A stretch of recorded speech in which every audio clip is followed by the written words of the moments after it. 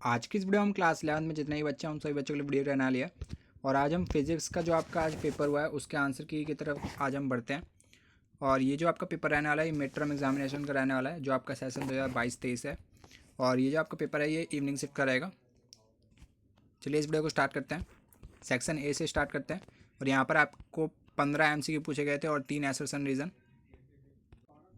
और यहाँ पर मैं आपको ये बता दूँ कि इसमें जो आपके आंसर्स हैं वही मैं यहाँ पर डिस्कस करूँगा।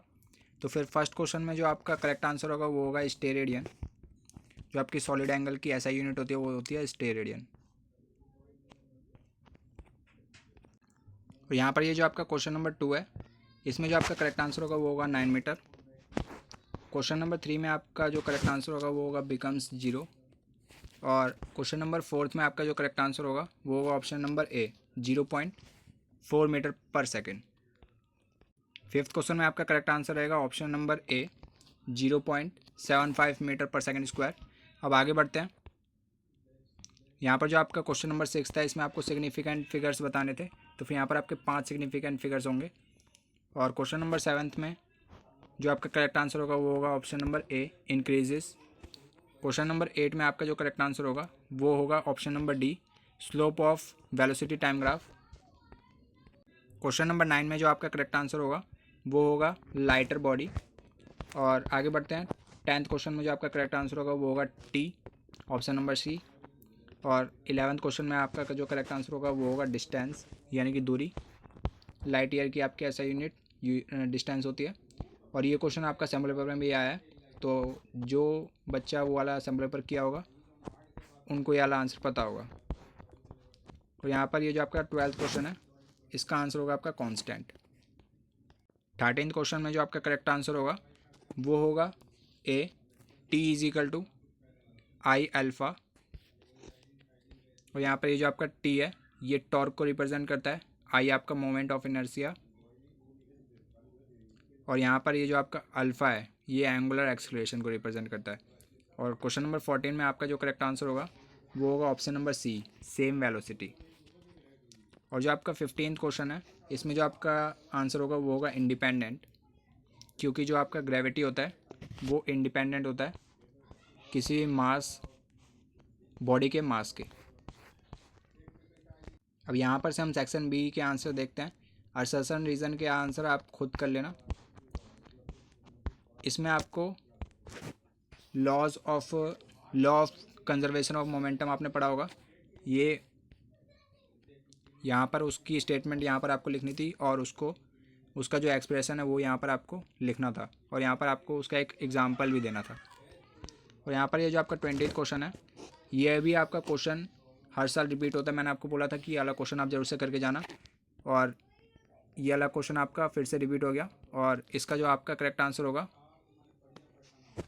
वो होगा 120 डिग्री।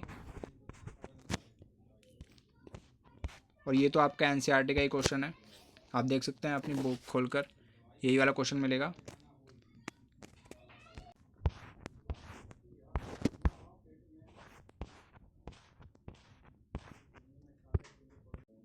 और यहाँ पर आपको जो बी क्वेश्चन है आपका 26 का उसमें आपको यहाँ पर स्केलर क्वांटिटी बतानी थी 2। तो स्केलर क्वांटिटी होंगी आपकी वर्क और करंट।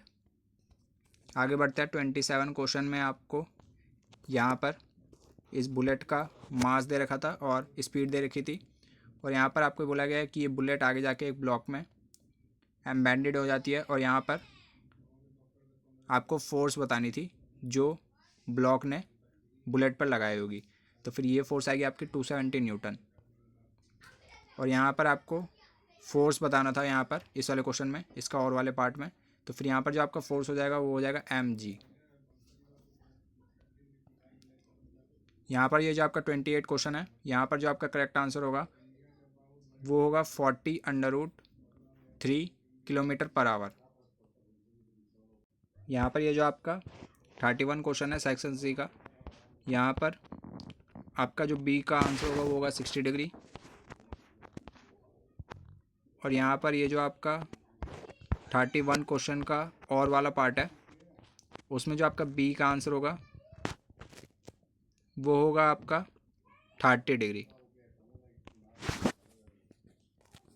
30 डिग्री। यहाँ पर आपका जो बी का आंसर होगा, ये प्रोटॉन वाले का आंसर, इसका आंसर होगा आपका 2.0 इंटू में 10⁻11 मीटर पर सेकंड स्क्वायर। और यहाँ पर ये जो आपका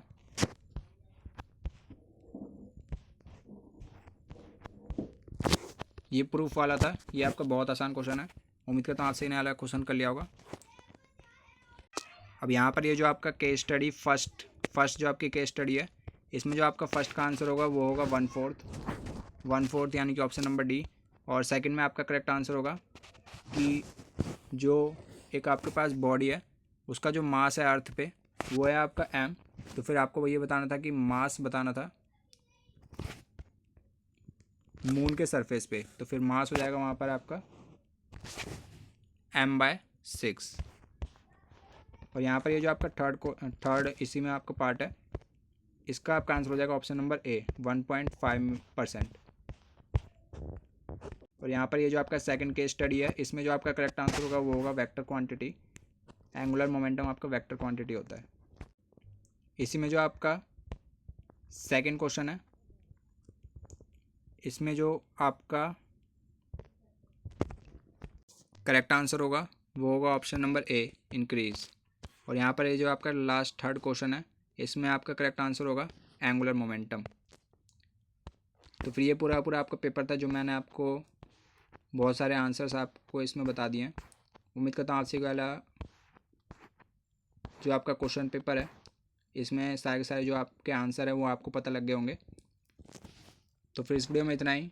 बाकी कल आपका जो पेपर है फिजिकल एजुकेशन का, वो DOE ने एक सर्कुलर रिलीज़ किया जिसमें आपका जो कल वाला पेपर है उसको शेड्यूल 28 तारीख को कर दिया है। कल की आपकी छुट्टी है। तो फिर इस वीडियो में इतना ही। बाकी मिलते हैं आपसे नेक्स्ट वीडियो में किसी टॉप के साथ। तब तक ले जय हिंद, जय भारत।